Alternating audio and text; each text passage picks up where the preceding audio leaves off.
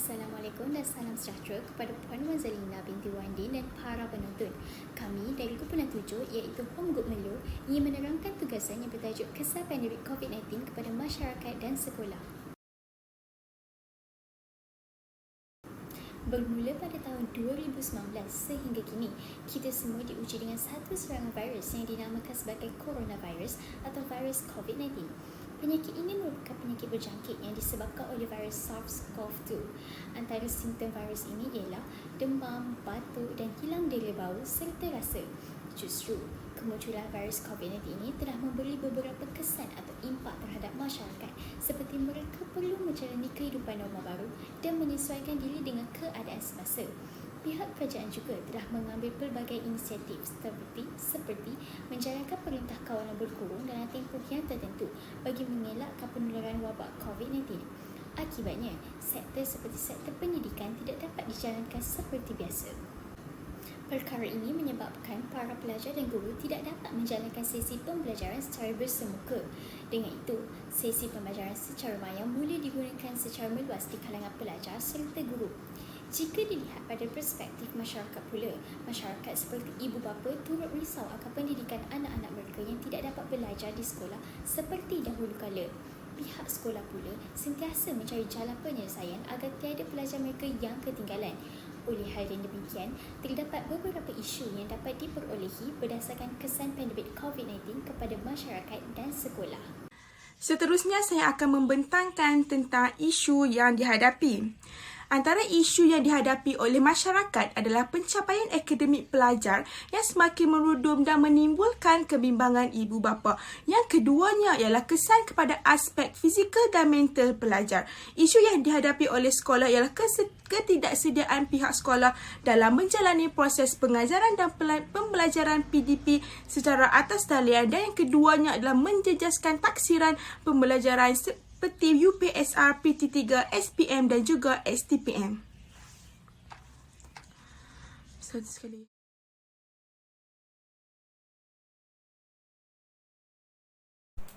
Pencapaian akademik pelajar yang semakin merudum dan menimbulkan kebimbangan ibu bapa boleh dikaitkan dengan teori interaksionisme.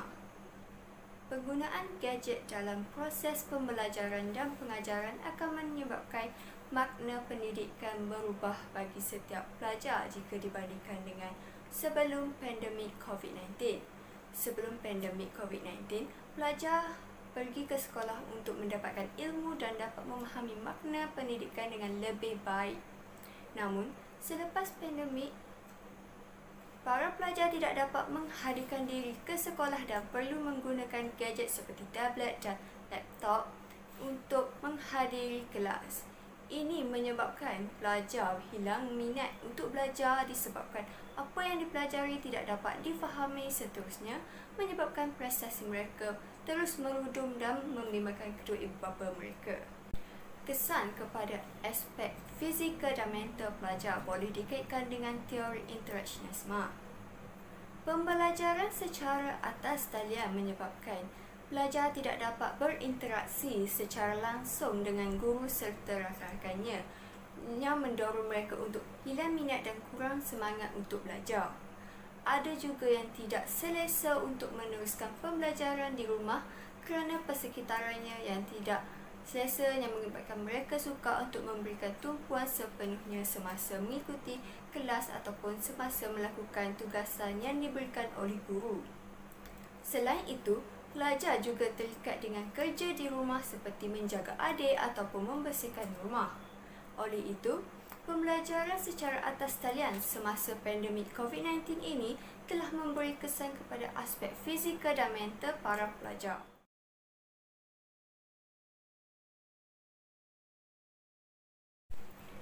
Isu ketidaksediaan pihak sekolah dalam menjalani proses pengajaran dan pembelajaran secara atas talian boleh dikaitkan dengan teori funksionalisme. Teori funksionalis menerangkan bahawa masyarakat saling bergantung antara satu sama lain dalam sesebuah komuniti. Contohnya, pelajar bergantung kepada guru untuk mendapatkan ilmu. Pada musim pandemik COVID-19, cara untuk menjalankan PDPC telah diutuhkan kepada PDPR yang menyebabkan guru dan pelajar mengubah cara pembelajaran mereka. Ini telah menyebabkan pelajar tidak dapat memahami dengan lebih mendalam sesuatu ilmu kerana mereka memerlukan masa untuk menyesuaikan diri dengan proses pembelajaran secara atas talian. Isu ini juga boleh dikaitkan dengan teori konflik.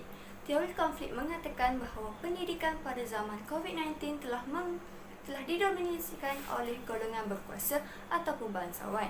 Ini kerana ada pelajar dari keluarga yang berkemampuan dapat membeli gadget seperti tablet ataupun laptop untuk meneruskan PDPR, manakala golongan yang tidak berkemampuan untuk membeli gadget tersebut tidak dapat menjalankan proses PDPR dengan berkesan.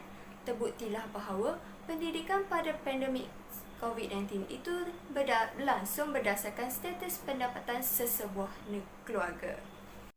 Isu menjejaskan taksiran pembelajaran seperti UPSR, PT3, SPM dan STPM boleh dikaitkan dengan teori funksionalis. Andaian teori funksionalis ialah semua pihak yang terlibat dalam pendidikan akan bekerjasama untuk mencapai kestabilan dan keharmonian masyarakat.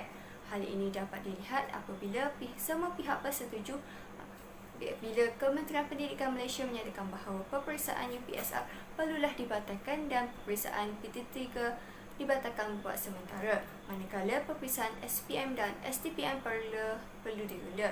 Perkara ini telah menjejaskan taksiran pembelajaran tersebut, namun perkara sedemikian mencapai persetujuan semua pihak demi melindungi diri dan mencegah penularan wabak COVID-19. Penyelesaian masalah yang dibincangkan pertama terhadap masyarakat. Pembelajaran secara atas talian sedikit sebanyak akan memberi kesan buruk terhadap pencapaian akademik pelajar. Oleh yang demikian, selain guru, ibu dan bapa juga perlu memainkan peranan penting dalam memastikan proses pembelajaran dan pengajaran PDP berjalan dengan lancar. Ibu bapa perlu menyediakan kelengkapan yang diperlukan anak iaitu pelajar mencukupi bagi mencapai matlamat sebenar PDP. Namun begitu, kesihatan fizikal dan mental pelajar perlu dijaga supaya tidak berlaku perkara yang tidak diingini seperti terlalu lama menghadap PC atau phone sehingga menyebabkan rabun atau tertekan dengan tugasan yang banyak sehingga menyebabkan stres. Pantauan dan nasihat terbaik daripada ibu bapa amat penting supaya pelajar kekal tenang mengharungi proses PDP. Rancang jadual pembelajaran yang lebih sistematik dan berikan penyelesaian terbaik terhadap mereka. Penyelesaian masalah yang dibincangkan yang kedua adalah terhadap sekolah. Walau bagaimanapun, pihak sekolah juga tidak terlalu bersedia pada peringkat awalnya untuk menghadapi proses PDP terhadap pelajar. Namun, pihak sekolah perlu merancang sesuatu yang terbaik supaya pengajaran dan pembelajaran dapat dijalankan meskipun secara atas talian. Pihak sekolah perlu mengendalikan PDP ini secara penuh hemah dan cuba untuk menyesuaikan diri dengan keadaan yang berlaku. Bekalkan bahan pembelajaran yang lebih menarik supaya pelajar lebih berminat untuk fokus semasa belajar dan dapat menyiapkan tugasan-tugasan yang diberikan sebaiknya. Dalam masa yang sama, tidak mengabaikan silibus yang telah ditetapkan oleh kementerian. Tidak dapat dinafikan bahawa proses PDP juga telah menjejaskan taksiran pembelajaran bagi pelajar yang menghadapi peperiksaan besar seperti UPSR, PT3 dan SPM kerana ketidakpastian peratusan keberkesanan kaedah pembelajaran secara atas talian dilakukan oleh kerana kebanyakan pelajar tidak mampu memberi fokus sepenuhnya semasa PDP dilakukan atas faktor tertentu seperti mengantuk, bosan dan mempunyai aktiviti lain yang dilakukan di rumah. Oleh yang demikian, pihak tenaga pengajar perlu lebih kreatif dan inovatif dalam menarik minat para pelajar untuk turut sama menyertai kelas yang berlangsung dan menerima segala ilmu yang cuba disampaikan oleh guru tersebut. Memberi galakan dan dorongan supaya pelajar tetap disiplin menjalankan tugasan yang diberikan dan mampu menguasai subjek yang dipelajari secara menyeluruh. Memastikan tahap kefahaman pelajar dengan memberi tugasan usai topik yang dipelajari tamat.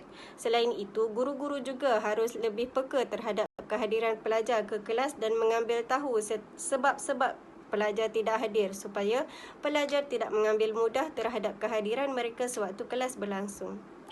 COVID-19 telah mengubah kaedah pembelajaran. Semua pihak, ibu bapa, masyarakat dan sekolah perlu memainkan peranan yang amat penting bagi memastikan sesi pembelajaran pelajar berjalan dengan lancar. Hal ini kerana dengan munculnya pandemik COVID-19 ini yang telah memberi kesan kepada pencapaian akademik pelajar. Sekian, terima kasih.